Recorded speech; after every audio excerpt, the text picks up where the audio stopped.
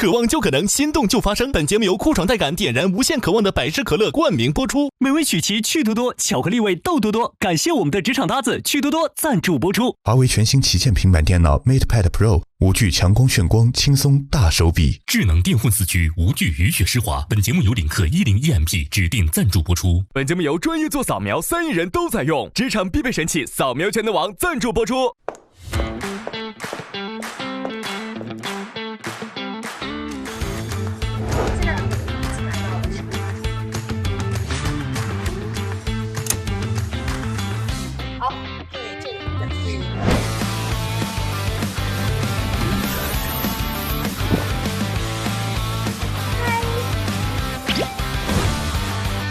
观众朋友们，请看大屏幕。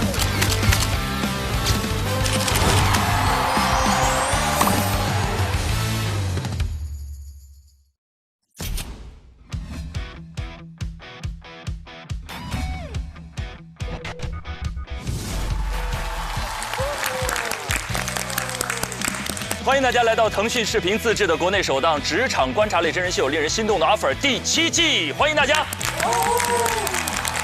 渴望就可能，心动就发生。本节目由酷爽带感点燃无限渴望的百事可乐冠名播出。一口美味曲奇，工作状态满分。本节目由巧克力味豆多多的趣多多赞助播出。智能电混4驱，无惧雨雪湿滑。本节目由领克10EMP 指定赞助播出。本节目由专业做扫描3亿人都在用，职场必备神器扫描全能王赞助播出。很高兴又一次在令人心动的 offer 跟大家见面，我是 offer 加油团的陈明，身边5位小伙伴已经就绪，跟我们一起见证实习生们为期1个月的职场考核。接下来将由我来介绍本季加油团的成员，让我们欢迎探案王子奇招频出的演员王子奇。Hello， 大家好。王子奇是我们 offer 的新朋友啊，新朋友。接下来让我们欢迎接梗像呼吸一样简单，人称当代打工人嘴替，无论是做员工还是当老板，都在努力养活公司的牛马天花板徐志胜。哎呀，哥哥，你念完这个，我发现我面前正好有条缝让我钻进去，为你剪开的啊，被我剪开的。接下来这位集颜值才华努力于一身的00后宝藏少年贺峻霖。Hello， 大家好，欢迎。Hello， 这是老朋友了，但依然是我们 offer 7季以来最年轻的加油团成员。什么？对不对？7季以来，对啊。对。不是你吗？啊，我比你虚长那么一点，那么一轮。长几岁？欢迎峻霖回归，欢迎回到 offer 大家庭。接下来这位沁入职场共情满分，颜值与演技并存的实力派演员李沁，欢迎，欢迎李沁老师。接下来这位有权则灵张泉灵老师，欢迎泉灵老师。真正高端的介绍不需要我们前面那么多浮夸的词儿。你介绍完泉灵老师显得我们前面特别浮夸，精炼才是精华，是吧？这一季呢，我们观察室还有一位特别来宾百事酷宝，他将和我们一起见证实习生们的渴望之旅。欢迎酷宝！大家好，我是百事酷宝，很高兴认识大家。OK 了，那这一季节目呢，我们将向各位隆重的介绍本季的 offer 开启了一个全新的行业领域。7季以来，我们从来没有涉足过传媒行业。那这一季，我们将目睹实习生们在主持人这个赛道，在一个新的岗位上，用1个月的时间为那个 offer 发起终极的挑战。所以说，他如果拿到 offer，offer 8就主持人就换成他。不排除这种可能，允许大家发起挑战啊！我觉得可以跟前 offer 的主持人打个辩论，赢了就来就行了。为啥是打辩论呢？口语表达嘛，泉灵老师。那说到这里呢，我们今天现场其实正好就有一位播音与主持艺术专业的在读的同学，要想问问峻霖了，当初是为什么选择了这个专业？其实我当时选这个专业，第一个就是因为我自己本身从小就比较热爱，然后也是爱说话嘛。然后公司呢也经常让我在我们公司里面的活动当主持人。然后当时在那个艺考选择专业之前呢，也是正好参加了一个活动的主持，然后那一次的反响也还挺不错的。当时找了一个普通话老师，就跟他沟通了之后，就发现应该是有机会可以冲一冲，尝试一下去报考播音主持，然后正好也是我的热爱，所以就选择了这个专业，也很幸运，也是考上了。考上，现在读几年级？大三了，大三，马上9月份大4了。哇，你这来这算实习，你知道吗？一会儿帮我开个证明啊。我们也问问其他的，还有这边的新朋友，在你们的心中，主持人这个赛道或者说这个专业，在你们心中大致是个怎样的印象？我就是觉得是一个非常令人钦佩的一个职业，因为需要很强的综合能力、口才能力、知识储备、临时反应能力，我觉得真的非常的专业。然后我印象非常深刻的是，之前有看过一些采访，是倪萍老师在春晚当时有一个紧急的情况，一打开4张空白纸，我脑子嗡的一下子，身上真的是立即鸡皮疙瘩都起来了。我当时对于这个非常的震惊，然后对于主持人这个职业真的非常的敬佩，需要太多的生活经历和职业素养的积淀，我觉得那个让我非常的震惊和敬佩。语言表达、临场反应、生活积淀、生活智慧。对，就这么说，智胜肯定是个非常好的主持人。对，主持人最重要的一项叫普通话标准。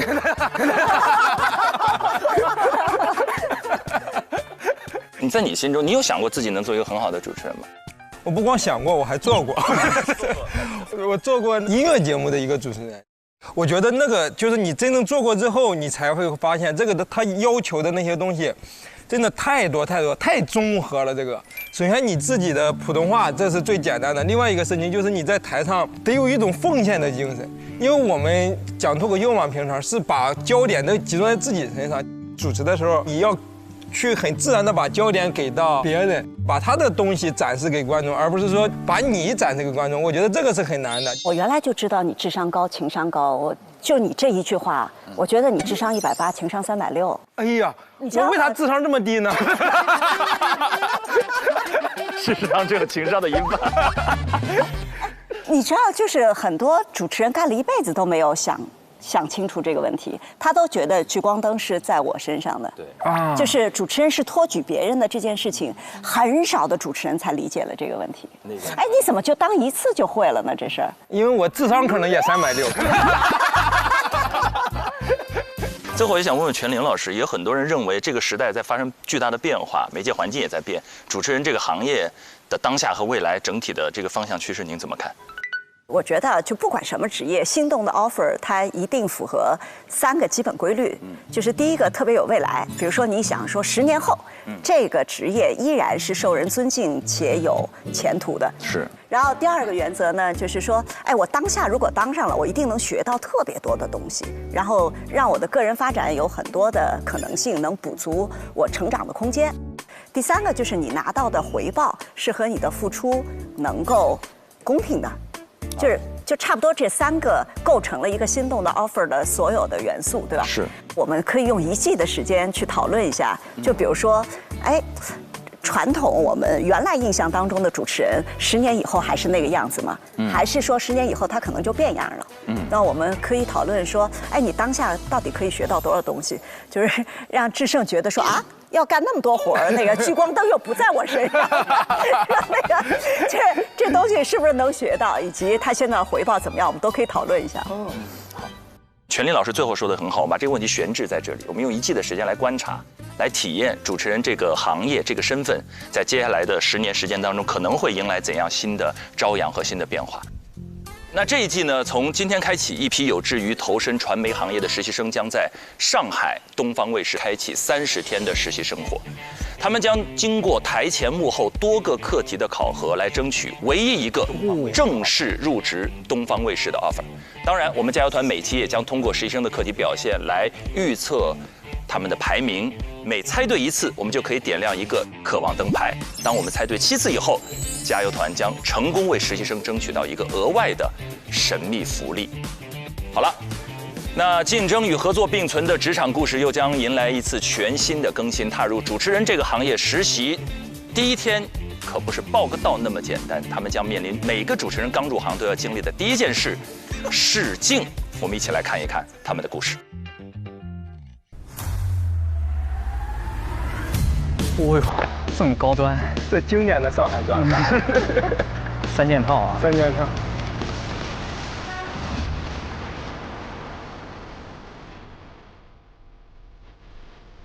哇，好帅！这么帅吗？哎呦，这都青春气息。你看每个人的气质还挺多样的哈。是。对。那姑娘有点欧美范儿。哎，高眉深目。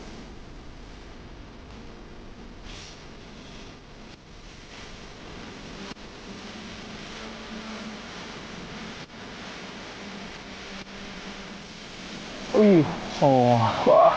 东方卫视。哦，张希，希哥。哇，白许，哇！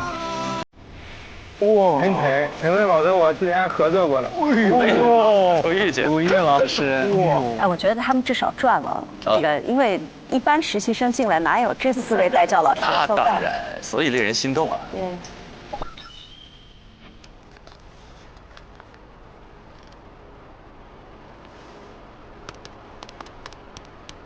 你给他们准备的那个连线，他们自己要想问什么吗？5分钟连线。对，问题是他们自己的。哇，上来有这么残酷吗？直接来就进入正题吗？那太可怕了，那太高压了。包括在20分钟准备时间之内。对，所以实际是，我是觉得有点短。实际是短的，我原来跟他们说半个小时吧，起码。我说的是1小时。对啊，1小时。紧张感吧，强压之下看看他们的能力到底怎么样。这个说的是对的。其实那个主持人就是一个强压下的工作。是。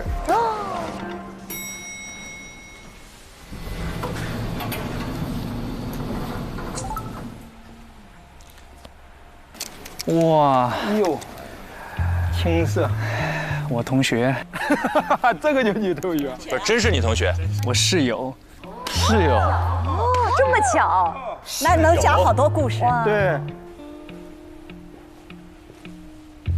老师您好 ，Hello， 我是新来的实习生。Hello， 你好呀，你叫什么？我叫侯子泰。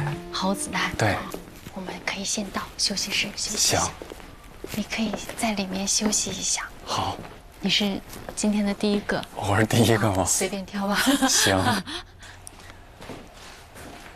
我觉得这种地方就是第一个去，真的是最难的。尬呀，这连个说话的人都没有，而且不知道坐哪儿。对呀。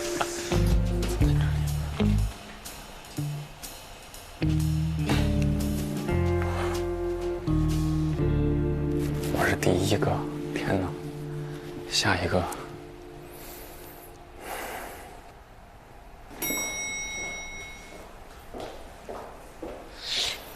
下一个同学来了，我先把身转过来。哎，他是那种 OS 全部口播了啊，这心里的。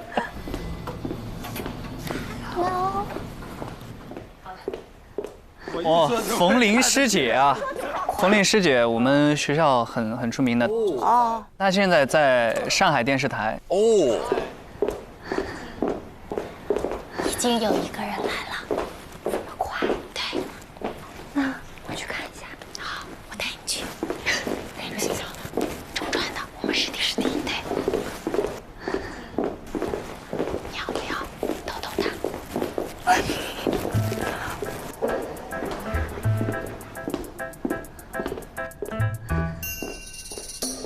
这里是会议室，你可以先休息一下。好。Hello。师姐好。哇，师姐。Hello。你好。干嘛这么商务啊？这个怎么要握个手吗？是。哦，今天又看到你，很惊喜。坐吧。坐呀。怎么这么晚？师姐，你是跟我们一起来实习吗？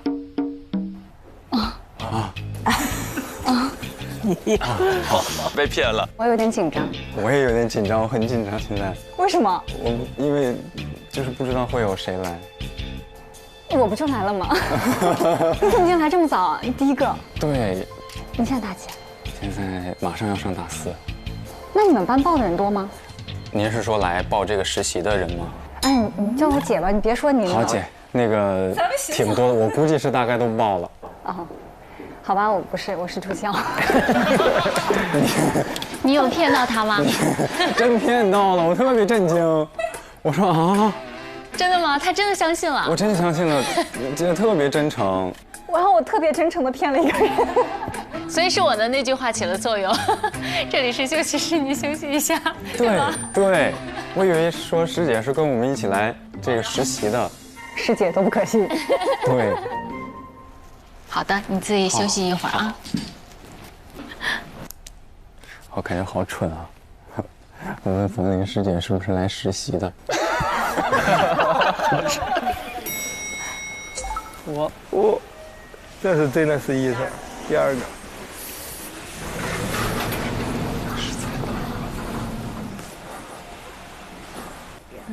哎呀，有人来了。他径直的绕过了我们，走了进去。我们不需要去引导一下吗？你看他会去哪儿吧？哎呀，歪打正的啊！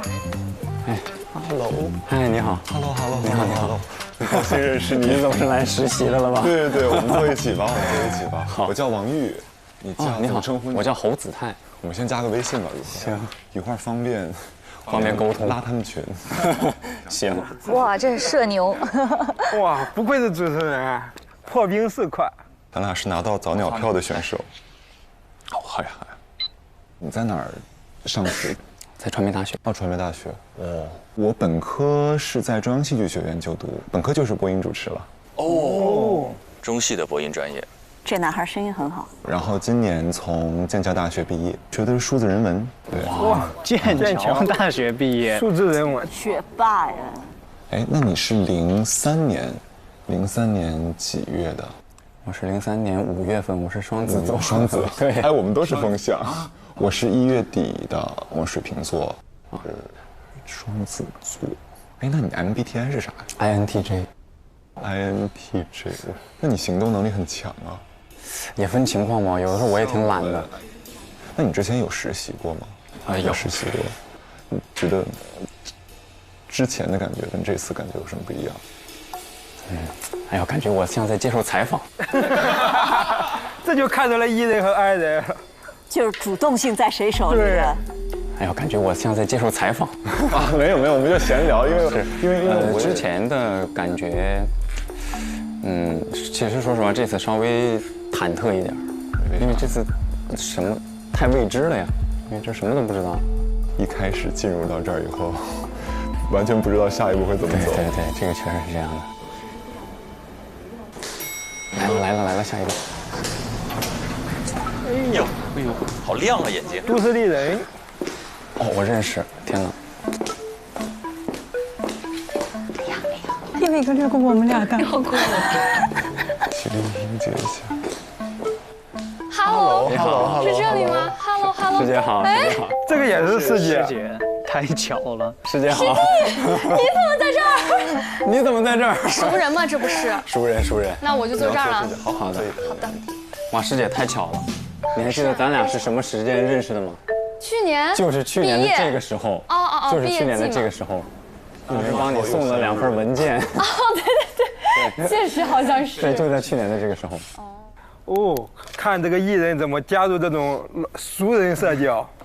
你俩都认识了，那我认识你呗。好，你是？我叫王玉，对，然后我本科是在中央戏剧学院就读，然后今年是从剑桥大学毕业。哦，从剑桥毕业。对，好厉害！我天哪，我一听我瞬间剑桥，我心跳都加快了。怎么认识你啊？啊，我叫李雨佳，你可以叫我雨佳或者佳都可以。好呀。然后我现在是研1在读，我跟师弟一样，我俩都是就是中传的播音系毕业，然后研究生现在在国际传播白杨班读。哦呦，厉害！哦，我知道那个地方，我之前读研的时候想去读那个。哦，是吗？对。啊，那你俩都有微信了？哦，对。那我这样吧，我加一下2个，然后我们3个先建个小群。好呀。哦呦，他好主动啊，很会。来。姐，你喝水吗？啊，没事，我一会儿自己去倒。哇，原来你们都认识。我也不知道，我一来我说，哎，这人怎么看着有点眼熟呢？我感觉是新手村，新手闯进了。没有，你在戏剧学院学的也是播音主持。对。那你应该是几级的吧？我是19级的。哦，那你是我们师哥。是吗？对，我是20的。20级。姐，顺手，谢谢师弟，顺手帮你倒了点。谢谢。太播音生了，真的。就一般接水这个，我们可能上课什么的都会，就是有这样的情况，大家都会很主动的就去帮助别人。你们来很久了？来了也不久，对。所以说每一个人来，我们都很期待，对。那我现在就加入这份期待了。我们就可以迎接下一个实习生了，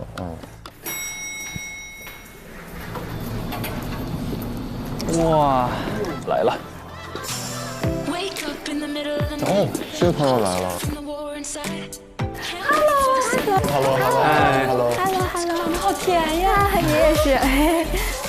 我们可以直接坐是吗？对，好的。我们已经自然分拨了。怎么称呼你啊？哦，我姓杨，杨林蔚。啊，羚羊的羚，蔚蓝色的蔚。我叫李雨佳，你叫我佳佳就行。哦，佳佳。你是哪个学校的呀？我不是科班生。哦。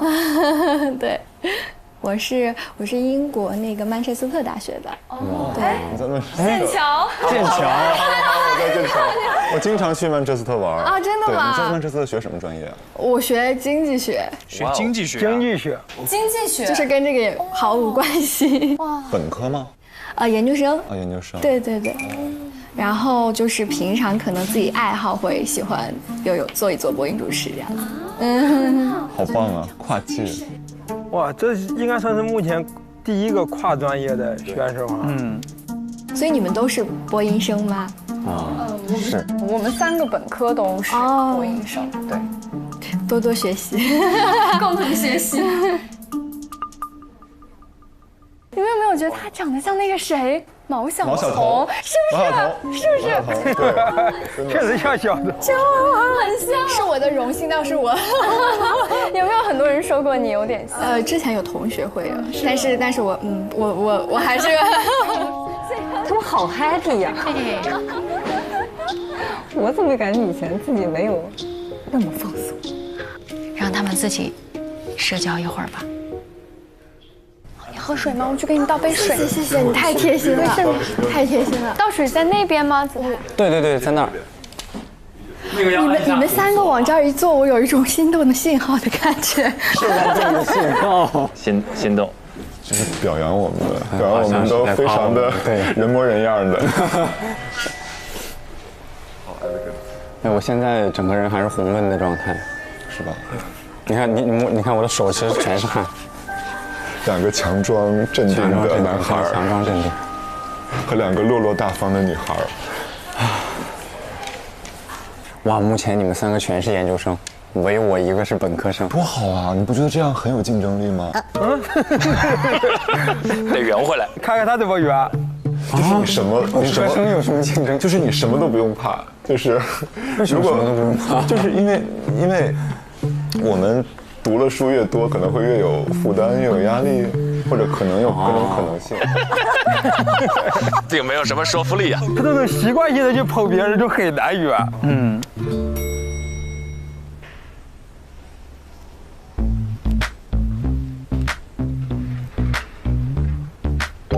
嚯，他这像是在玩密室逃脱。对，他那个像一个女警一样，很警惕。对。哦，是有。是来了吗？诗又文。认识同学，又一位熟人。这不是天哪，同班同学。师姐好 ，Hello， 同班同学。怎么懵懵的？这是上海吗？不知道，以为上小课呢。怎么有种到北京的感觉？回到学校了是吗？我毕业了吗？呀，我的毕业证在，对吧？你随便坐，我坐这儿吧。可以啊。所以你们都认识吗？我不太认识。我们可以来互相自我介绍一下。好呀。我叫王玉。对，然后我本科在中戏读播音主持，然后今年从剑桥毕业，对，然后回来，哦，我叫侯子泰。哦，我知道你叫侯子泰。好的。这就是 ，Hello， 我叫杨林蔚，可以叫我魏魏。哇，诗文，你们有没有觉得诗文是一个长相非常英气的女孩？就她其实，在我们这届，我觉得是一个很独特的存在，就是她。被我们很多女生叫梦中情人，很帅，对，弄得我有点不好意思了。你刚走进来的时候穿那个西裤，然后衬衣，超帅，是不是？然后我就觉得很帅。对，可以。我只是稍微有点社恐，我需要先预热启动一下。那你不应该紧张，都是老熟人儿。对呀，应该紧张的是我俩完全不要紧张，来了就是一家人。还分你我吗？不分。哎呀，这种氛围真好呀！就是这么自来熟，我们都认识了。对，我们都认识，我们都是熟人。现在，笑死。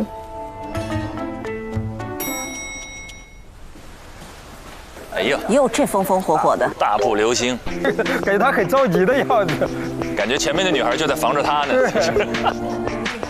啊，新朋友来了。哦，嗨。他这个很容易撞到人的。Hello。我还没说完呢。你嘴开光了，我告诉你。没撞到人的，先撞到门。单压 Hello。哎，有玻璃，小心。Hello。帅哥美女。Hello。刘奎。Hello。快坐。你们刚到吗？对。我们等你呢。等我？对，因为我们都比较紧张。对。等我叫啥？葵。哦，不好意思。哎呦。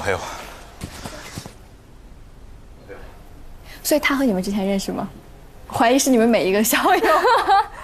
哦，我不是，我应该跟大家都不是一个学校。哦，所以你是？我南艺的南京艺术学院，对。哦。我其实是学主持的，然后完事儿，我是一个线下的脱口秀演员。哎呦，志胜，我同行，我看看你有多幽默了。哇哦，也没啥震惊的，行业也不行。哇，他的风格给人一下的感觉就很放松，很脱口秀的感觉。我感觉我肯定刷到过你，刷到过我，绝对刷到过你。啊，我自媒体发的其实不太多，绝对刷到过，但是我也发，估计也有可能被看到。你脸很有辨识度，很像，是吗？对，很像我是22波本的毕业，你22的？对，22波本。那你是04的？03的，好，没有梗吗？我以为他要出梗了呢。我学历我也是本科。哦，你本科啊？那太好了。没有，大家好厉害。对。那大家都是就除了帅哥大家都是研究生。好像是目前是这样。我在研究死。这才是脱口秀演员吧？这是一个梗。对不起，精神状态比较美丽。哎，真好。他不一定是脱口秀演员。都真好看，大家。你最好看。真心的你好大气，好大气。你好大气。他像脱口秀演员感觉，研究死。哎，还有。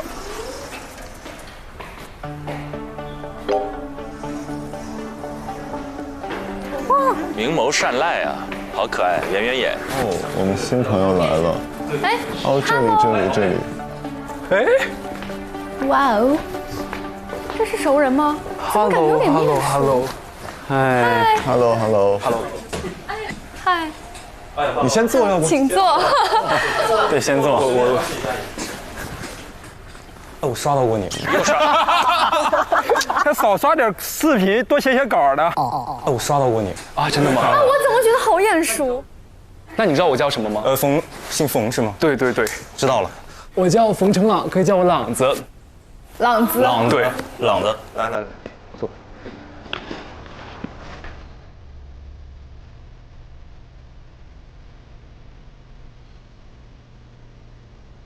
你们继续，我听着就好。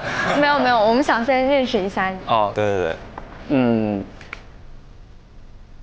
我在中传，现在刚读完大3，马上大4，然后学的是中英双语播音。双播的。来猜一个问题啊，猜在场的这几位谁是你的直系师哥师姐？压力从天而降。这问题真好。没事儿，随便猜。姐，你这样问，肯定你是吗？你觉得我像吗？我不知道，因为我感觉大家都长得特别好看，我们学校的，还有别的学校也。好像确实没有学双播。没有。对，因为我们专业就是21级，他才重新再招生。但我知道你们上一届都很优秀，感觉认识很多双播的朋友都很优秀。哇呀，中传真是半壁江山啊！那绝对的。大3，那你们俩是不是？啊，对，我是阿尔波本的。哦，你好。你好，我叫侯子泰。你好，叫我小猴就行。咱们学校也不大呀，为啥我感觉咱俩好像没有见过面一样？可能因为大家不在一个楼。对，那你肯定是我们的师姐是吗？师姐好，师姐好。没有。咱俩眼神懂了。哇，真的，对王玉他们来说太难了，这纯熟人社交。对。咱们应该一共是几个人啊？不知道，往期是8个吧？我觉得应该是8个，应该是偶数。OK。压轴，8位到齐了，最后一位。哎，来人了！哇，他是压轴哦 ，Hello，嗨，哇哦 ，Hello，坐，谢谢。你们到很久了吗？也刚刚。还好。因为我来迟了，吓我一跳。我叫庞征，对，一个很刚强的名字。然后我本科和硕士都毕业于上戏。今年刚毕业。你也是学播音的吗？是。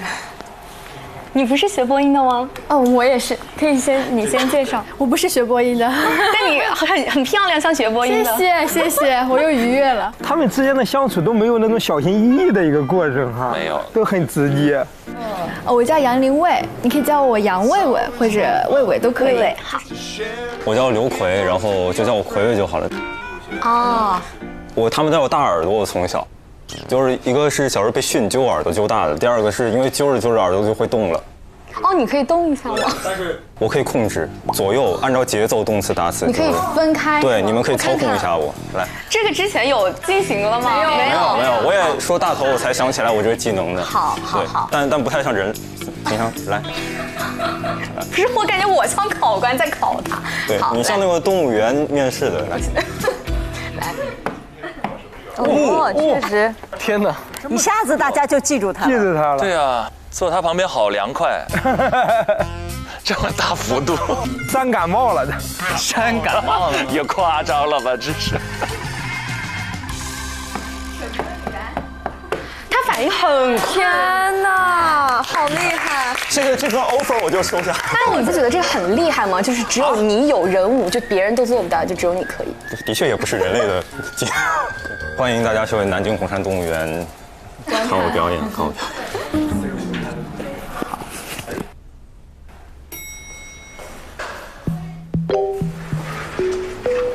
还有。不会吧？现在是9个人争1个。争1个呀！天哪！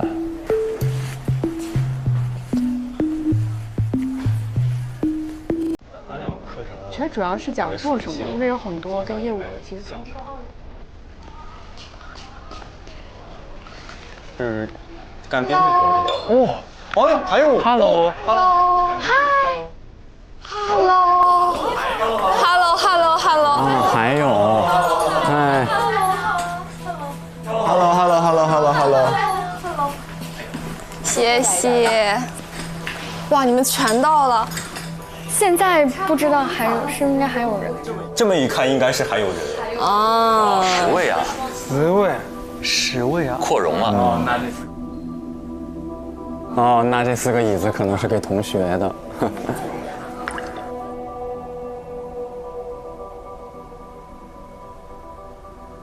怎么称呼你？哦，那我自我介绍一下，我叫张宁宁，弓长张，宁静的宁。然后我现在是清华大学的研究生。哎呦，清华大学。哇，已经有点慌张了，看这眼睛都开始。各位老师好，我是张宁宁，现在是清华的一名硕士生，我的专业是信息艺术设计交叉学科，本科毕业于清华的新闻传播学院，也拿到了一个英语的双学位。我是一个对表达特别执着的人，在这个人人都有麦克风的时代，很多人都可以说，但不是所有的人都在表达。主持人的底色更应该是真诚的讲述，我愿意成为最真诚的讲述者。你好，冷酷小姑。谢谢老师。因为我也刷到过好多次你的小红书。我是清华大学的冷酷小姑，高能量清华女大，在清华主持校庆晚会，太荣幸了。宁宁挺适合来东方卫视经历一下的，因为她很在意表达这2个字，会有更深刻的理解。江苏前10名，开玩笑，无锡第1名啊！哇，这大学吧，在江苏啊。总之，他们真的很棒，我觉得。好厉害。哇，好棒！哎，你们学校是不是经常搞量化？是的，但是我们也有搞质化的很多，我是搞质化的。我叫王玉，对，然后我之前在中戏读播音，然后后面转成了数字人文。哦，那你会做那种具体的项目是吗？哦，我会做，然后我的研究生的研究内容是偏向 AR 和 VR 游戏类的，然后跟非遗相关的一些内容。那你会建模吗？我会，我现在做的是平扫，就是把这些扫下来，然后翻到那个 Blender 里边去导。哦，对对对，量化是。那你会做？不知道。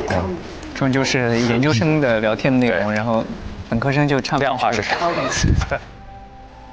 百度搜啊，立刻搜。但是这是一个好的主持人的特质，因为你不可能知道一切嘛，对吧？所以你每天都会遇到新的东西，遇到不知道的立刻搜是个好习惯。即听即搜。哇，这应该是最后一位了。10个呀！哟，好亮啊眼睛！好亮，都市丽人。好多人呢。张老公，我说的是在。王韵林啊？怎么都是啊？怎么都是认识的？师姐，全认识。天哪！怎么全认识啊？等一下，坐。怎么感觉是熟人机？好久不见。哇！天哪！好久不见。哎呀！哦。我都不知道你会来，我也没想到。哦，那所以你是？我也是上戏的。哦，你也是上戏的。我是20级的。哦。我是最后一位嘛，所以。应该是啊。像是我拉你近，天哪，那种熟人在旁边的那种安心的感觉。我懂啊。我认识。那我也先做个自我介绍吧。大家好，我叫王韵玲，然后我是毕业于上海戏剧学院2020级播音主持专业，然后我是毕业1年。各位老师们好，我叫王韵玲。大学毕业之后呢，我是以校招的形式进入了广东卫视去工作。我主持了粤港澳大湾区蛇年春晚，然后也主持了广东卫视的网络春晚，然后中秋晚会，还有重阳音乐会等一系列的这种大型的文艺类的活动。你现在还在广东卫视是吧？已经辞职了，我已经递交了辞职报告。哇，那你真是没给自己留后路啊！对，我是很有决心来拿这个 offer 的。哇，辞掉了广东卫视，很高兴认识大家，都非常的优秀，非常的帅，非常漂亮。他应该是这里边经验最丰富的一个了，应该就是正式干了好多活。太吓人了，10个争1个，1/4到1/10啊！天哪，刚刚是初印象，各位有没有哪个实习生和演员？我觉得王玉我挺喜欢的，就首先来说，他真的在整个过程中，他是一个非常主动的一个人。他第2个来，然后他在面临了那么多的熟人社交的情况下，仍然能够说在这个中间去主动的开启话题。你俩都认识了，那我认识你呗。怎么称呼你啊？哦，我知道那个，我们等你呢，可以叫我大头吧。去扛起这个社交的责任，我觉得是非常非常难的，而且又有那么多，他应该是好像没有熟人的吧？没有。唯一一个就是那个跟曼彻斯特有点都在英国的，经常去曼大玩的。对，所以说他仍然在那个情况下还是能够说扛起来这个社交这个大旗。我觉得他是挺有责任感的一个，我还挺喜欢王玉的。你没有喜欢你的脱口秀同行刘奎啊？他需要再用一些实力来征服我，不能光会说好真好。不能老刷短视频是吧？对，我刷到过你，我也刷到过你，我刷到过你，这不是脱口秀。我对最后到的这个王韵玲印象比较深刻。首先他最后一个到，然后但是我觉得他进来的时候那个气场和还在学校就读的大3的学生气场明显就是感觉他会更加沉稳一点。他有这个在广东台的经历，已经从他这个整体的感觉上有主持人这个气质在身上了。赞同。他走进门的时候那个眼神跟别人不一样，很坚定。而且他其实会有大青衣范儿。就他压得住台子。你想大晚会那么大的舞台，你个儿不够高，气场不够大，你就压不住那个。压不住。学到了。我印象比较深刻的是，就是说话还蛮有意思的，就是这个张诗文。诗文。对，他就说那个研究死这个回怼，我觉得很毒舌。3个字记住了。对对，虽然说他话很少，但是呢，我觉得他非常的犀利，有点飒的那个劲儿，就很期待他后面的一些发展和他的一些专业素养的展现。是的，他身上有点反差，对，看起来很高冷，对，一开口你这么逗啊，对，有主动性。对对对对对。俊霖。该不会是对室友印象侯子泰？他肯定印象是比较深刻的，熟人局，没法不看他。就是他吗？但我其实还对这个杨林卫印象比较深刻。杨林卫，因为他是学经济学的，所以说就是他在我的脑海当中，我是能够感知到，如果他从事像财经新闻的播报的话，他是本身就很专业的，所以说如果有财经类的课题的话，我能猜想到他应该能做得很好。俊霖要是不说的话，我感觉主持人在我的刻板印象里是统一化的。俊霖一说，我才发现主持人其实还分很多不一样的主持人。没错，上海作为全国的金融中心，在经济这个领域当中需要大量人才的补充。所以，如果他有经济学背景，再加上又有非常那是他很大的优势。哎，你们都没有对这个冯成朗印象深刻吗？我最初对他印象最深就是他一双眼睛，亮，就是感觉生出来就有美瞳，就是这种感觉。然后他整个忽闪忽闪，像星星一样很清澈。他不做声，但是在底下做非常多细腻的工作。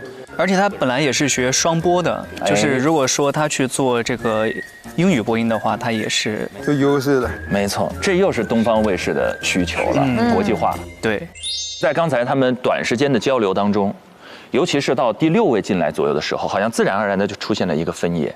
对，我就特别想问一下俊霖，刚才里面中传基本上半壁江山，中传的播音同学见面，就是那一声师哥师姐一叫，马上距离就拉近了，就有一家人的那种状态，是不是这里有一种特殊的校园凝聚力？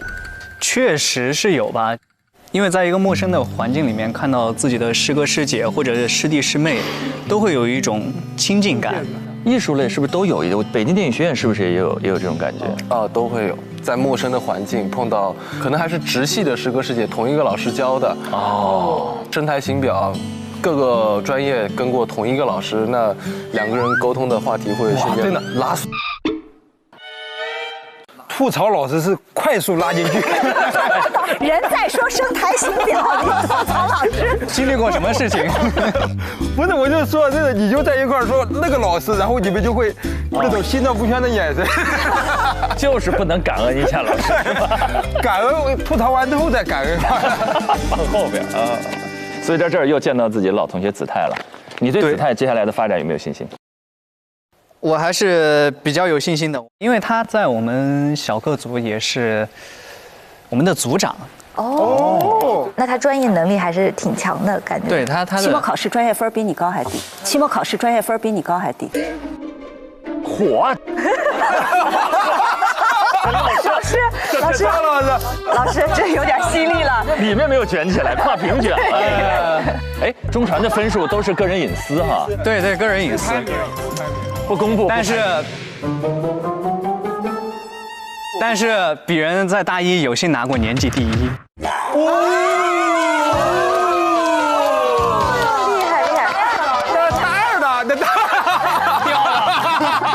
大二就发现太难了，掉了。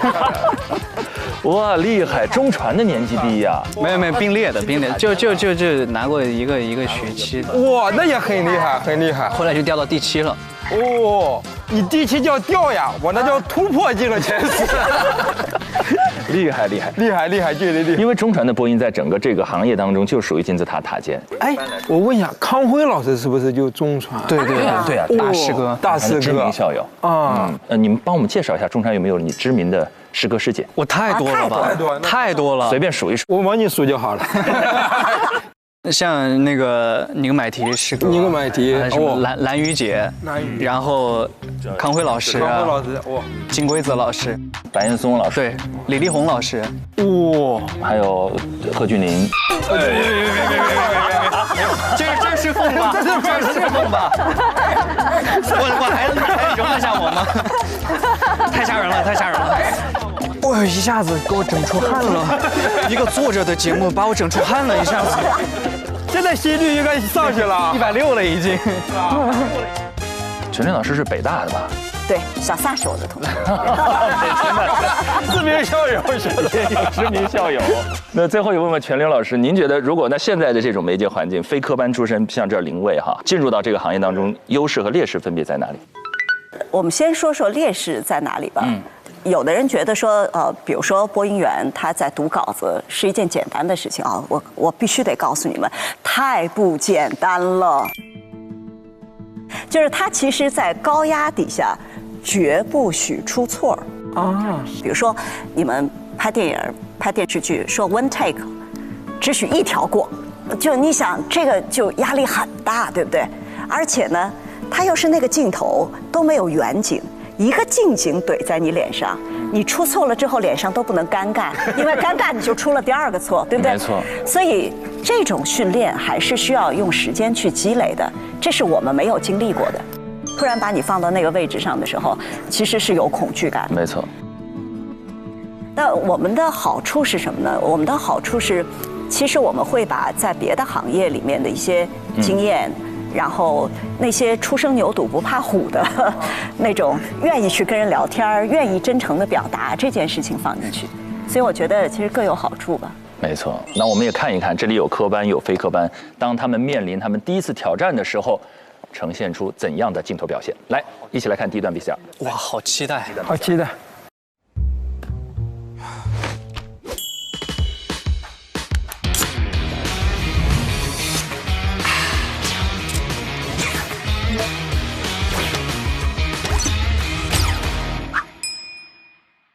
一起才叫拼。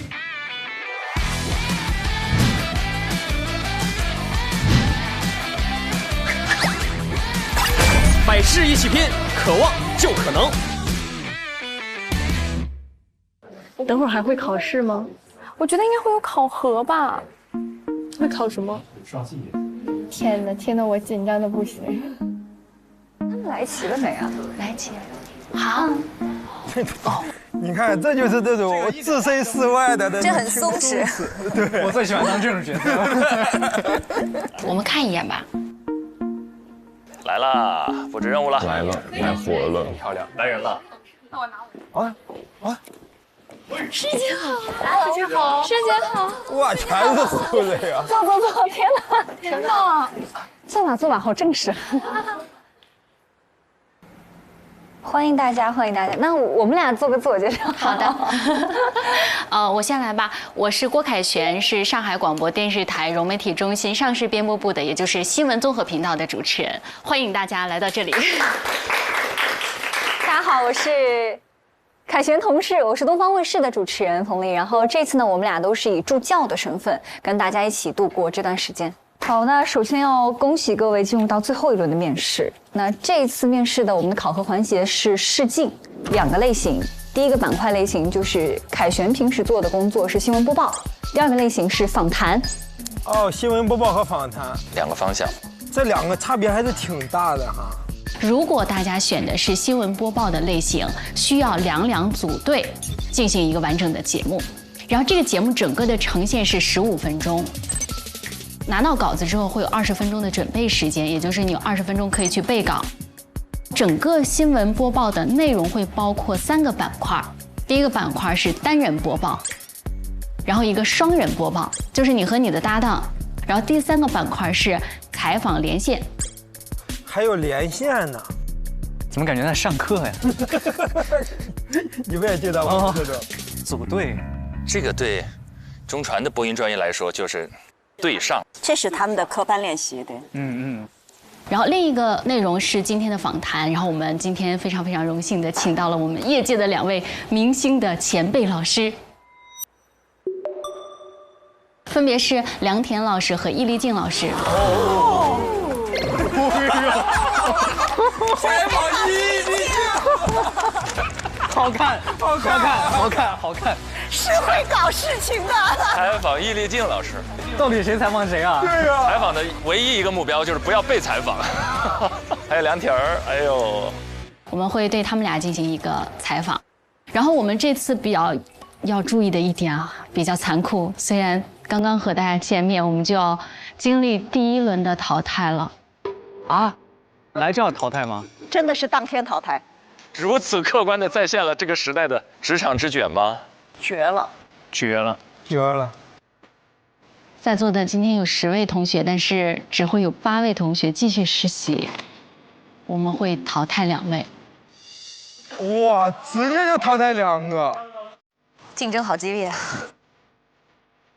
除了有淘汰的任务之外，我们今天还会进行一个打分，所以今天其实会有第1名出现的。比如说你选播报或者你选访谈，2个里边都会各有一个第1名。所以大家要好好准备，加油，加油，加油，加油！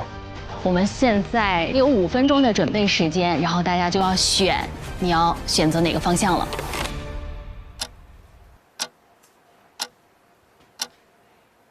你想好选什么吗？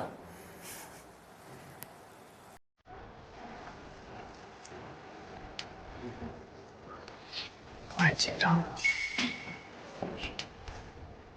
哎，陈老师，我问一下，就是这个访谈和播报这2个是会有相对容易一点吗？没有，2个都很难。2个都很难，各有各的难吧。播报硬功夫，硬桥硬马。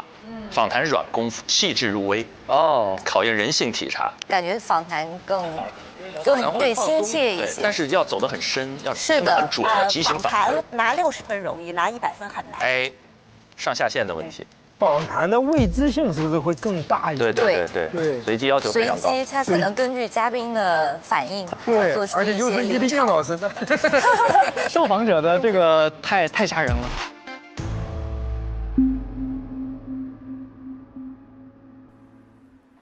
师姐，我想问一下，就是这个访谈它具体是怎么个考法？单人还是双人？访谈是单人，你和嘉宾。好的。师姐们想问一下，访谈的时间有这么一个20到30分钟。好的。对，整个访谈的一个时间。访谈的准备时间也是20分钟的。90分钟。 90分钟。师姐，访谈的选择嘉宾是可以自己选吗？抽签决定。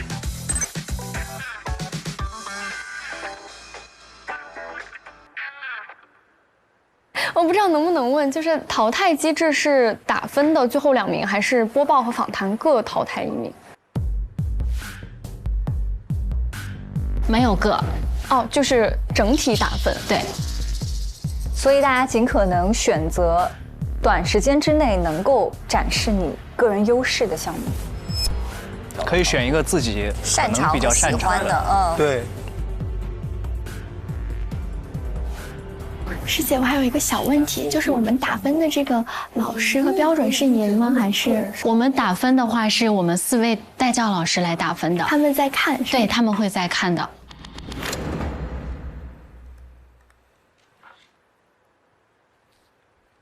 各位老师，实习生都到了，要不然我们去小会议室。我是上海广播电视台新闻综合频道主持人臧希。上海中心气象台就发布了今夏第12个高温黄色 World 2025，今天起到本周日，在上海国家会展中心，我们将带您全程直击神舟14号发射的全过程。我是一个爹味儿很浓的带教老师，希望未来从00后的身上学到一些我现在可能已经落伍的东西，了解更多。这是我家人。为啥呀？他是我老婆的同班同学。哇，哎呀，娘家人，娘家人了，算不算？算不算？臧希老师就是中国传媒大学99播本的。哦。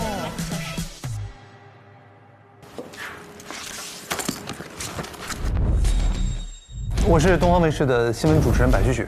我是白旭旭，我们在上海电波室向各位。16号正式余杭部分小区被集中爆出自来水异常。相关这些调查需要回应哪些公众非常关心的问题？世界8。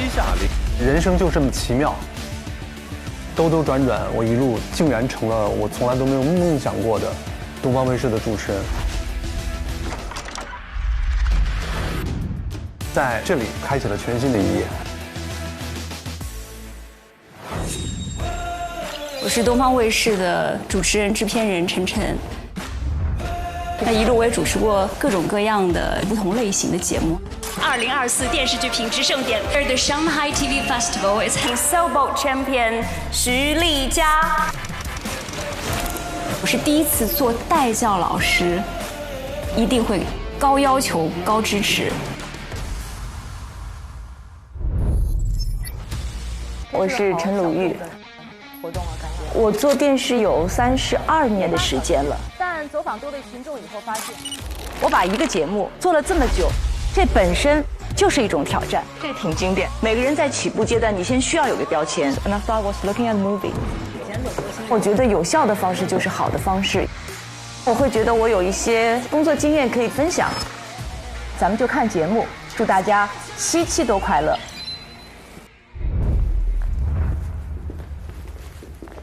哎呦，他们应该都已经到了10个人，大家觉着他们访谈和新闻会怎么选？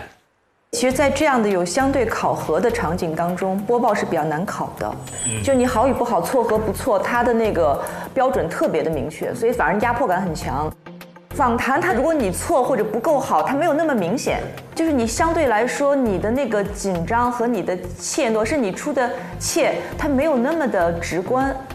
所以感觉上对他们的体感会好很多。对，我同意鲁豫老师讲的，就是说在这种重压环境之下，选访谈比较稳妥，没那么难。我觉得如果对自己的综合能力比较自信的人，其实如果是我的话，我会选新闻播报，因为它是一个综合能力的体现。就是访谈它其实就缺了一块嘛，对吧？我看过他出的这个播报题，我是觉得是真的难。你出的？他出的。所有的稿子是我选的。他出的。臧老师牛。因为都是平时我们节目上用过的，我觉着有一些日常的这种可以有生活接触类的，但是比如说像脑科学的那一条，实际上有很多专业名词。哎妈呀！哇，脑科完了。是的，这种都很难。科学什么杏仁核、屏状核啥的，这。难点第一在脑科学，第2在5分钟连线，第3在2分钟即兴编后，这是在播报环节当中最难的3个部分。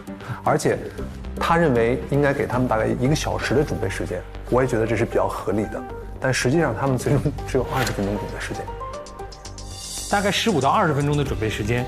但是最终选择的你口播的部分，稿件大概就已经有5到6分钟了，每个人语速不同，也就是说你把稿子念一遍就已经过掉1/3的时间，还剩下10分钟，你要去准备一个5分钟连线的内容，你要把这个话题了解、消化、组织完问题，这本身就是一个很难的过程。如果有一些同学希望再把这个话题维度拓展，还要搜索资料，就会变得更难。所以我觉得从这个角度来讲，可能这一轮的播报的题目是非常难的。某种程度上，我和白许许作为专门去做新闻的人，觉得某种程度上我们是15分钟都没有办法完成的这样一个程度。有天哪，增加难度了。第1关呐。好了，我们时间到了，有准备好的吗？5分钟开选。第一个，好，那你先来吧。刘伟会选。我是直接在这里写名字。哦，刘伟选了访谈。访谈。好。下一位。女士优先，师姐先。谢谢。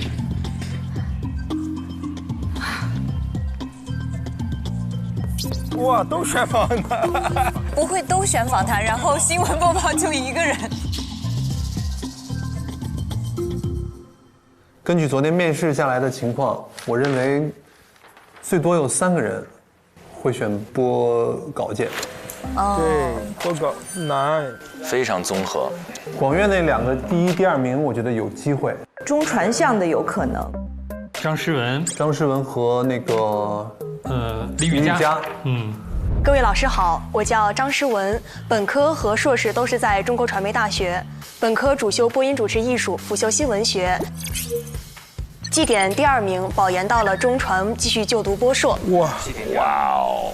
第1位实习生起点就很高了，非常棒，真的。各位老师们好，我叫李雨佳，我的本科和研究生均就读于中国传媒大学。去年以绩点和综合成绩第1的成绩进入了国家重点实验室白杨班学习国际传播。哇，综合成绩也第1吗？绩点也第1，综合也第1。你就是传说中的第1名是吧？你的一个同学说了，对，我们已经变成了第2名。对，我是那个传说中的第1名。然后我在本科阶段，我也获得过像国家奖学金和中央广播电视总台奖学金。在将来，我想成为一名具有国际视野，同时也具有融媒体思路的一个新传媒人。其实我是想做一个记者型主持人，甚至是学者型主持人。我想让自己成为一个媒介，让我身体的所有部分成为表达本身，让我的所有经历，我见过的天地众生一一流过我，以识乾坤大，流连草木青。这一下子我就听出了他的这个专业能力强。2个都是很要强的。这一届的实习生将会是表达能力最强的一届。真的非常好。张诗文选新闻，张诗文、李雨佳、侯子泰，这3个是选新闻的概率最高的。哎，昨天吐舌头的谁来着？吐舌的是侯子泰，他是抿嘴唇是吧？这样，不是抿，是舌头出来了都。哦，这就每个人上镜多少都会有一点点小问题，但一个重复性的小动作出来，这个就真的是到最后就会变成强。侯子泰，我还真不知道他会选播报还是选访谈。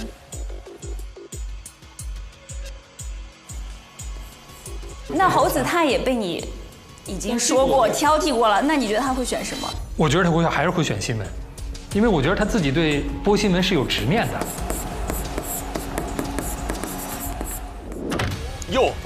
播报，第1个播报，勇敢。第1个播报。因为我觉得他自己对播新闻是有执念的。下一位，那就我来。雨佳这肯定是播报。果然还是对自己非常非常有信心的。谢谢师姐。王玉，我觉得有可能是访谈。我觉得他会选新闻，不知道为啥。哇，哎呦，厉害！下一位。来了，第2来了。毫不犹豫。哇，新闻赛道很卷啊！新闻赛道很卷。对，一转眼4个了，超出预期了。这个新闻赛道。叶老师的这个威慑力。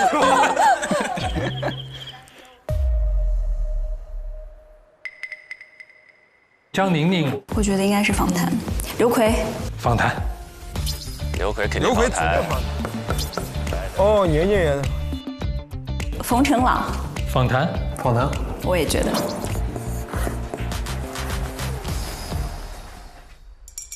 这个好难，好难。我们是不是只剩下一位没写？我们就剩最后一位了。我来吧。你是纠结了很久吗？是的。王韵林，访谈。我觉得不一定。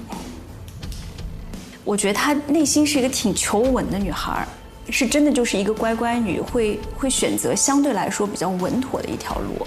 我是觉得她的确觉得在原来的位置提供不了她想要的舞台，她其实渴望一个更大的一个舞台，就肯定这个舞台她会觉得一切是更符合她的那个想象嘛。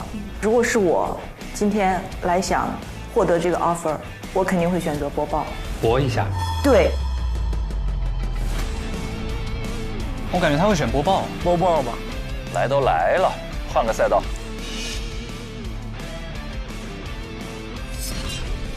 在播报台上，第一，我可以展示我的播报能力、临场应变的能力，然后我现场如果有连线的话，你能够看到我对这个事物或者对这件事我自己的分析，我自己的还有应变能力，它是可以全方位展示的。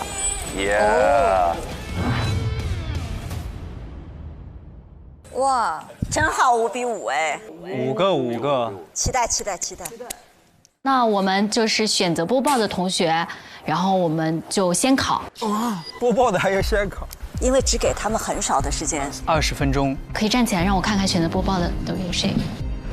你们先分组，然后我去拿访谈抽签的那个签。5个人耶，将有1个人落空。落空怎么办呢？就是两组队，1个人空着呗。1个人全来。现在可以组队了。赶紧组，赶紧组。他们3个同一个学校的，师姐师弟。眼神躲避。他想同一个学校的组队。我能吗？既然咱俩目光对上，那就咱俩吧。好的。哎，坏了，他们仨就会有一个单独播报。那要一起吗？不，赶紧上啊！可以啊。我1个人吧。哦，雨佳，坐下吧，坐下。哎，没事儿，不要紧张。我不紧张，我可以，加油，加油，李雨佳。肯定可以。好，谢谢。李雨佳就是那个第1名。对。哇，你看他还要单独播报，1个人完成2个人的工作，很有实力。赐予我力量。你手好凉啊！加油！我现在手冰凉。我也是，我都出汗了。现在已经不像心动的信号了，好烦。令人心跳的 offer， 马上就是令人心碎的 offer， 一上来就第1轮就淘汰俩，没有这样。虽然有点不太礼貌，但我要吃根香蕉，对不起各位，中午确实吃的有点少。你要吃吗？我不吃了，我感觉我没有心情。吃香蕉会缓解紧张，吃香蕉会缓解饿。吃什么不会缓解饿呢？吃亏，吃亏。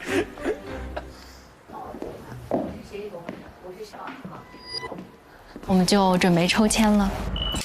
访谈抽签，签里面会有2个内容，一个内容是访谈对象，还有一个内容是你们的顺序。啊，抽签呢？谁会抽到易立竞？你们就按着顺序来吧。谢谢，谢谢。大家可以看一下手中的签，抽到梁田师姐的是先进行访谈。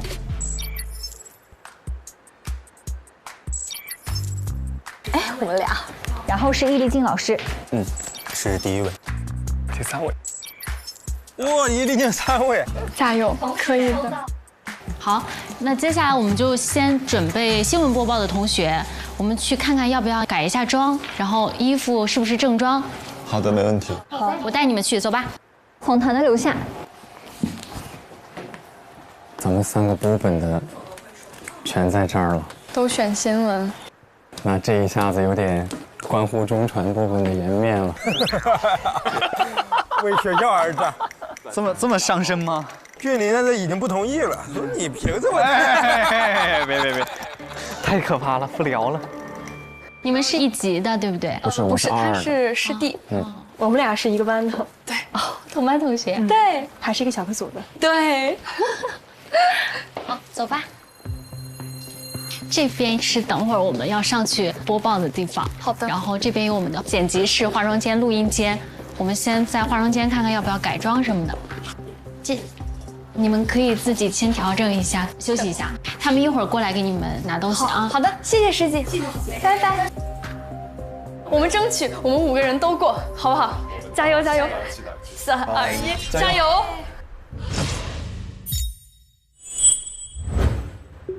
好，接下来访谈部分的规则跟大家说完。访谈你们是有90分钟的准备时间。你们要有2个关键词去准备，第一个关键词是主持人，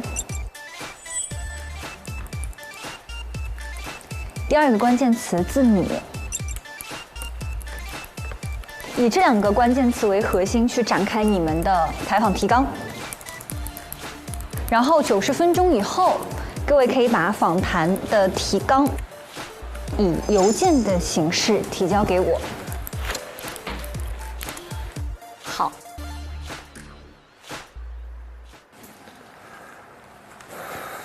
好，现在有什么要问我的吗？怎么排解压力？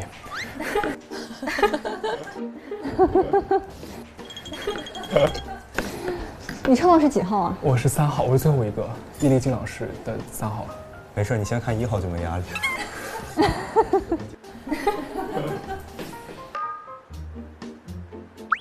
OK， 那各位如果没有其他问题的话，我先去准备后续的流程。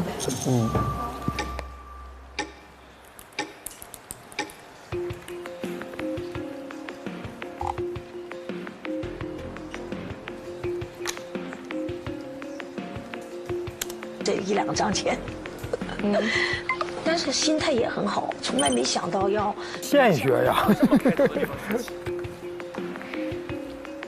大家好，我是火上浇油队的易立竞。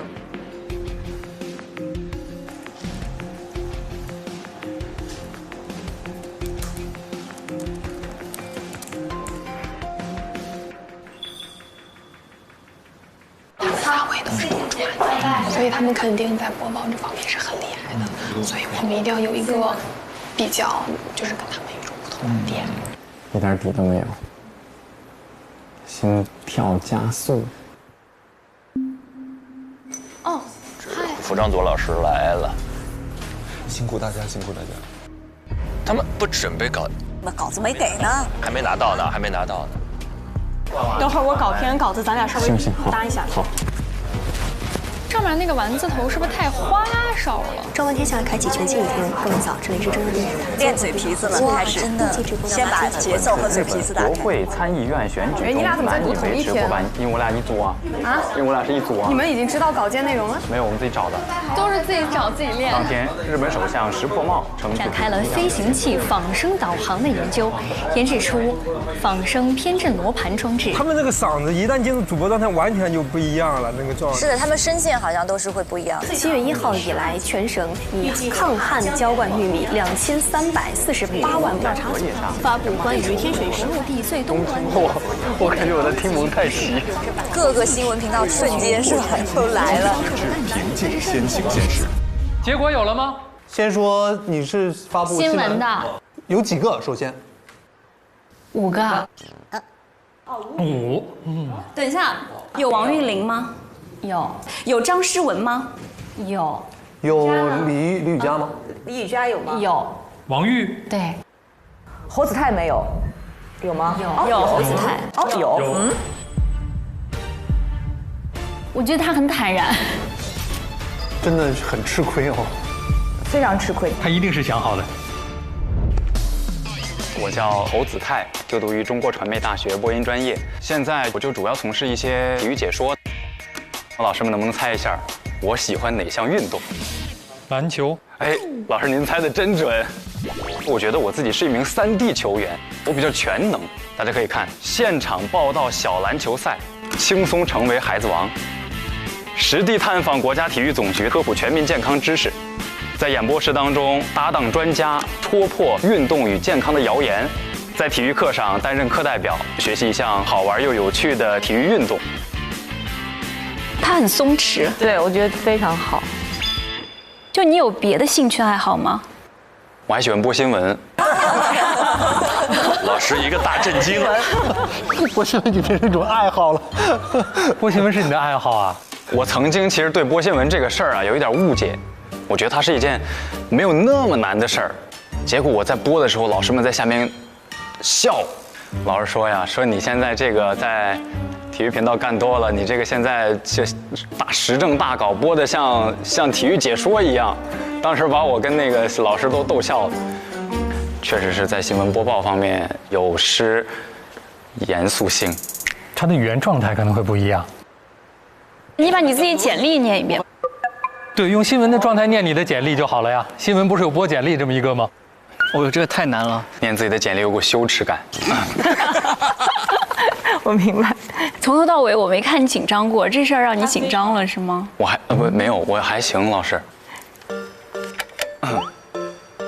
侯子泰个人简历：侯子泰教育背景，2022年至2026年就读于中国传媒大学播音与主持艺术专业本科。解说或主持的赛事有：1、2023年成都大运会咪咕陪你看大运节目；2、2023年韩国平昌乒乓球亚锦赛；3、2024年 WTT 中国大满贯。OK， 好，可以，谢谢，挺好的。我只想提醒你2点。第一个，你有一个小习惯，你知道吗？不是动，你的嘴有一个小习惯，你说多了喜欢，哎，现在就来了，舔嘴唇。明了，这个。他很注重五官、眉毛、嘴，我知道的意思非常细。对他，因为他特别专业，知道播新闻就是这么一个境别。对你这个，因为一旦人有了一个某个细小的动作，在镜头上会被无限度的放大。是的，是的。这真的没有办法，因为播报的时候那镜头就怼在你的近景上，你任何的细节都是逃不掉的。放大，对，面部管理特别重要。另外一个，你明显刚才播新闻的时候，你气是提起来一些的，所以导致你有一些音有一点点哑下不去的这种感觉。但你现在跟我们说话的状态是你完全放松的气放松的状态，我们听着也变得舒服了。不是说播新闻就一定要某种特别强的紧张感或者把调门吊起来才是播新闻。好，谢谢老师。太像在学校上课了。你们老师弄完之后，老师也会这么点播。太像。答一下。好。今年第6号台风维帕于20号下午在广东台山沿海登陆，登陆时中心附近最大风力12级，预计维帕将沿广东沿海继续西行，给广东、广西、海南等多地带来持续性降雨。这是中越双方首次开展陆军联训。哦，怎么紧张了？我嘴好瓢啊！没事儿，嘴好瓢。就是你不用那么紧张，你说内容就行。你觉得我刚播的怎么样？我觉得你有点紧张，是吧？你就说意思就行，放下来说。好，谢谢师姐。整个人就是正式的，所以你不需要在语言形式上再往去够了，就清新自然。好。他的意思应该是让他不要就是过于去纠结，可能你一个字的字音或者说你的基本功如何，你就把这个稿件的整体的那个意思非常准确的告诉大家。但其实这是最难的一件事情。对。我想喝水，嗓子疼。这边。没事。走，我也喝，咱俩一起走。是吧？那我也去。对。好，这事业让我突然心里有底了。加油！加油！哎，抽到了谁？易立竞老师，我第一个。我特别期待。我也很期待，争取今天不走。争取我也争取不走。我努力。我的天哪！我真没想到还要我以为今天就是布置点作业呀，或者什么任务什么的，真是没想到会再要 PK 筛掉人。你是心率一下飙高了吗？对，我一下紧张起来了，因为我刚很松弛。没事，把事儿干好就行。去剪辑室了。走。我完全感同身受他们的紧张。小贺都已经不行了，小贺。这跟我在上学的时候一模一样。已经准备找一个机会亮红灯录一段了，我感觉。歇会儿，捋捋自己。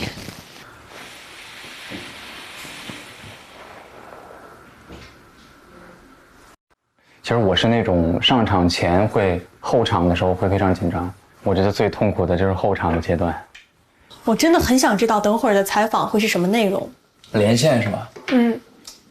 不会是一个人做出镜一个人那种的。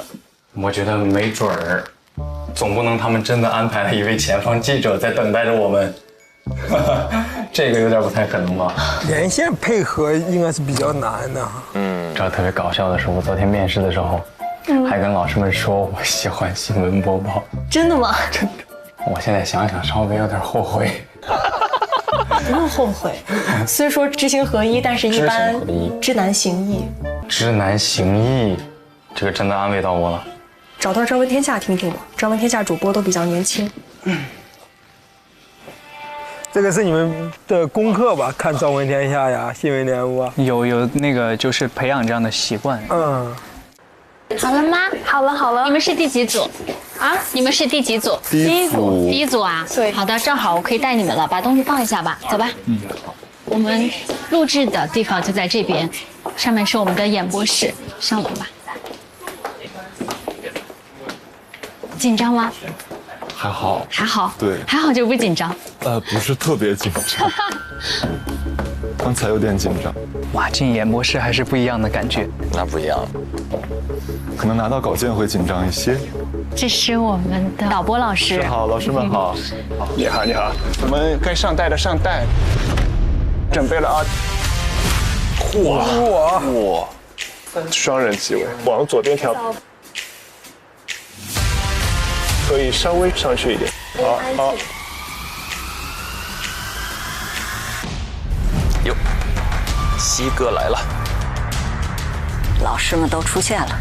带队老师已就位。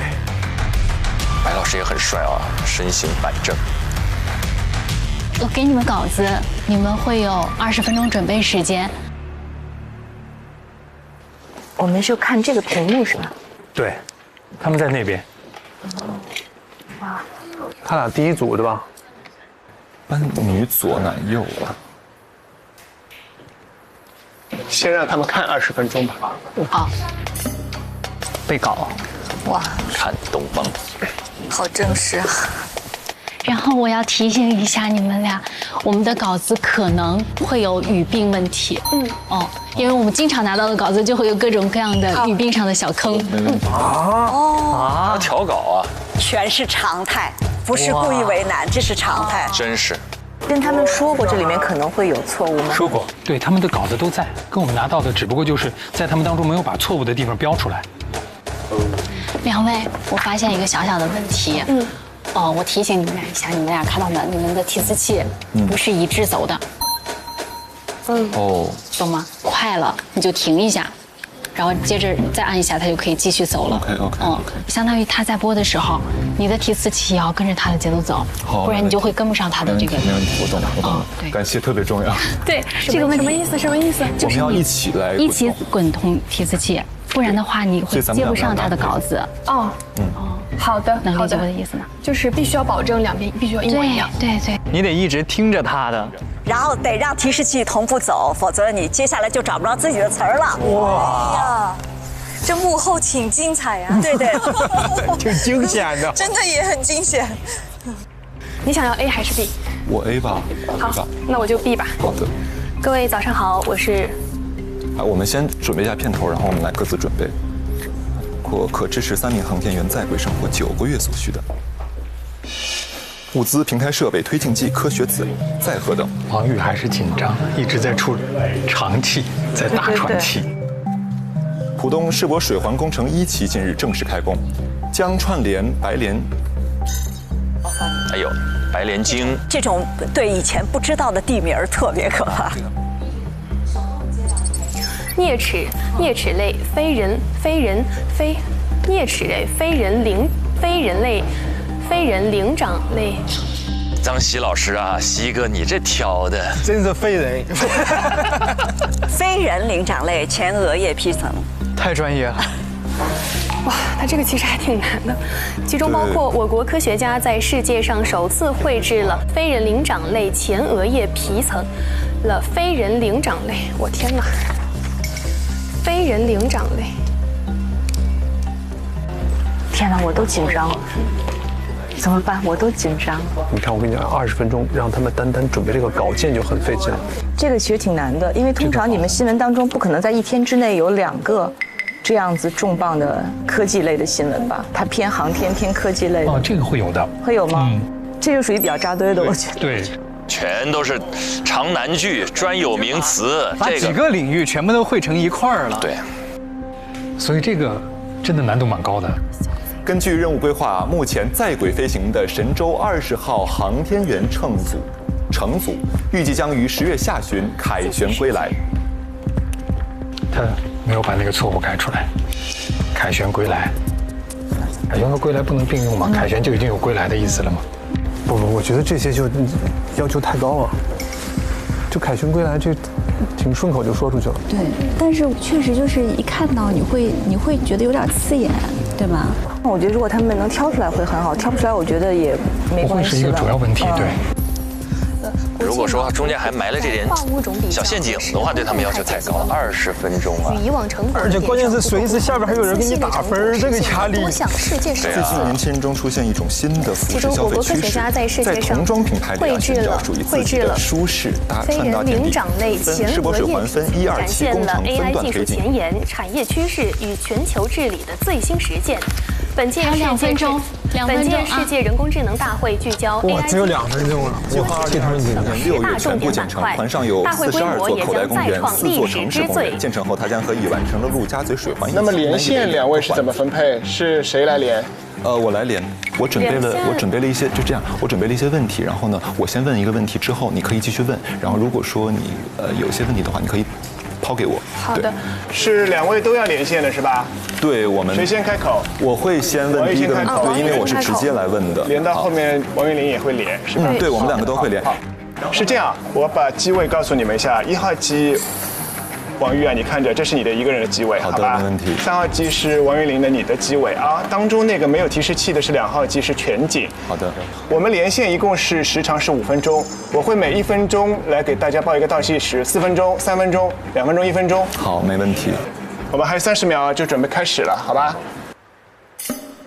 ？30秒。哇，这时候真紧张啊！我的天哪！哎呦，好紧张，我都好紧张。导播的倒计时是最紧张。那我们准备了啊！在城中里寻找属于自己的舒适。姚碧老师也准备了。大平老师，我们手机都静音啊。21号的早晨7点。倒计时了。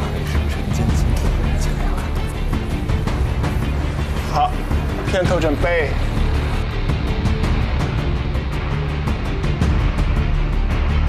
3、2、1，哎呀，确实紧张。这个不身临其境，不会有那么代入性的体验。新闻播报跟其他的还不一样，综艺节目录制，因为它有剪辑、有后期，对，但真的直播，它就是那一下，就是那一下。各位，如果你们有得选，新闻播报、人物访谈，你们会优先选哪个赛道？人物访谈吧。为什么？因为我们经常会做一些访谈类的节目，所以可能相对来讲会比较松弛一些，没有这么高压。这个我刚看上去我就觉得肾上腺素有点，对吧，飙升，就真的很紧张。是的，而且这种严肃的播报，我觉得确实是非常慎重，不能出错。所以我觉得可能对于我来讲，访谈可能压力没有那么大，稍微好一点。子琪，你别说，其实从颜值上来看，很有新闻主播范儿，对不对？你往那一坐，你是天生的新闻播报，男播。来，我们推到近景的时候，谁不说话，看起来就特别有信服力。你现在可以看向正前方。你别翘二郎腿。刚刚子琪瞬间也就挺直了，那就是看上去为什么他说的话就是让人信的，就是有信服力。你们要干什么呀？我们想让你选播报啊。我100%是选访谈。你看架不上去啊，架不上去。为什么？为什么？我其实，在艺考的学习阶段，也接触过一点点那个学播音主持。我记得当时我们学的时候有一门课叫即评，即兴评述。对，我做了2次即兴评述之后，我就彻底头大了。我对于这个现场的阐述啊，还有对于这个事件的这个怎么去转述给他人去听这一块，我真的做的特别差。哇，你传八卦传的挺好的，特别是传你的八卦啊。我们来问一问专业的人，中传大一。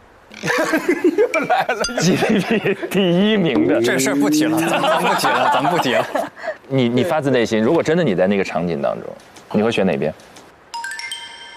我其实会选访谈啊，因为我个人啊，就是我喜欢和别人交流，我特别喜欢在访谈中去挖掘别人的故事，我希望他能对我放下他的防备心，然后把他最真诚的一面告诉我，把他想通过我传递给他的受众的信息，能够尽量减少损耗的传递给他们。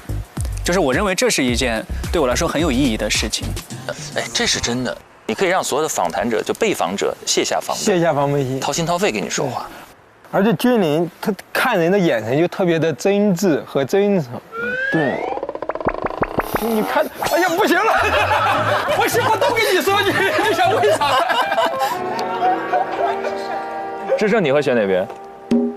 我很难选新闻吧，新闻都很难选我吧。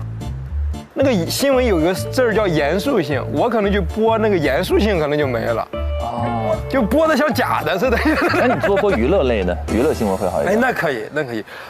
贺君临同学在大一考试中，哎呀，求你了，求你了，这事儿今天过不去了，这一季都过不去了。哎呀，要不换身衣服吧，要不都湿了，感觉。哎，全林老师要选的话，访谈对不对？我选访谈的原因是这样的，访谈那边看上去哈，就是你拿60分没有那么难，因为你只要开始聊、开始提问题、开始追问，好像60分就在那儿。但是你要做到100分非常的难，因为你得了解人性，你得有及时的好奇心去挖掘背后的问题。然后呢，但是新闻播报呢，它这儿不光是播报，它后面还有连线，还有即兴的评述，所以这就意味着说，它其实要求一个非常综合的对新闻的挖掘和理解能力，包括语言功底。但是新闻播报可怕的地方在于，就它不是60分及格，它不让你扣分，就你就得100分，就得100。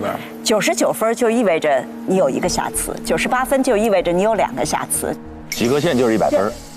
所以从拉开分数的角度，访谈，如果你对自己有自信的话，是不是应该选访谈？访谈反而能把上限往上拉。对。但是的确都非常的难。刚才在说这个20分钟是不是一个特别急的那个稿件？我给你们讲个故事。来了，急稿来了，急稿。对，就我历史上我见到过的最急的稿件。罗京老师还在的时候。哟。哦，然后有一年大事政稿，17分钟大事政稿。开播的时候，他手里只有1页传真纸，传真纸上到处是手写的气球，就改的稿件。很多气球意味着它的词序有很多颠倒，句子跟句子之间。然后他播这1页的时候，传真机嘟嘟嘟嘟那边在吐第2页，大气球。这是一个时政稿，你不能用口语播报，我的天，你完全得用时政播报，有大量的人名儿，然后就看外面人跑，歘就往里面送，然后我们的主任亲自矮着身子到桌子底下往上递，然后这边替他拿上来塞到他的身边，就是吐1页塞1页，吐1页塞1页，17分钟1个字都不带差的结束了之后，然后我们的主任在外面掏出了救心丸，一把塞进了嘴里，躺在了沙发上，极高。哇，这纯没有任何准备时间，可以说是没有，就是甚至他连那个熟悉稿子的下一句话他都不知道是啥。所以像这种有连线的新闻播报，虽然我也干了10多年，但是其实我永远记得那一幕，太难了。这才叫肾上腺素，就播这种伤身体。我光听我就不行了，这真的太难了。那接下来我们就要看看真正残酷的赛制了。我必须得说，因为我本人是从第4季加入 offer 大家庭，4、5、6、7，这是第4季的节目了。第一，没见过10个人一起来的；第二，没见过第一个项目就直接淘汰，更没有见过一下就淘汰俩，太残酷了。所以他们刚来，换了一身衣服，做了一件事儿，就有2个人很有可能要跟镜头、跟所有的观众朋友们说再见了。来，我们一起来看看，在第一个课题当中，他们的表现如何。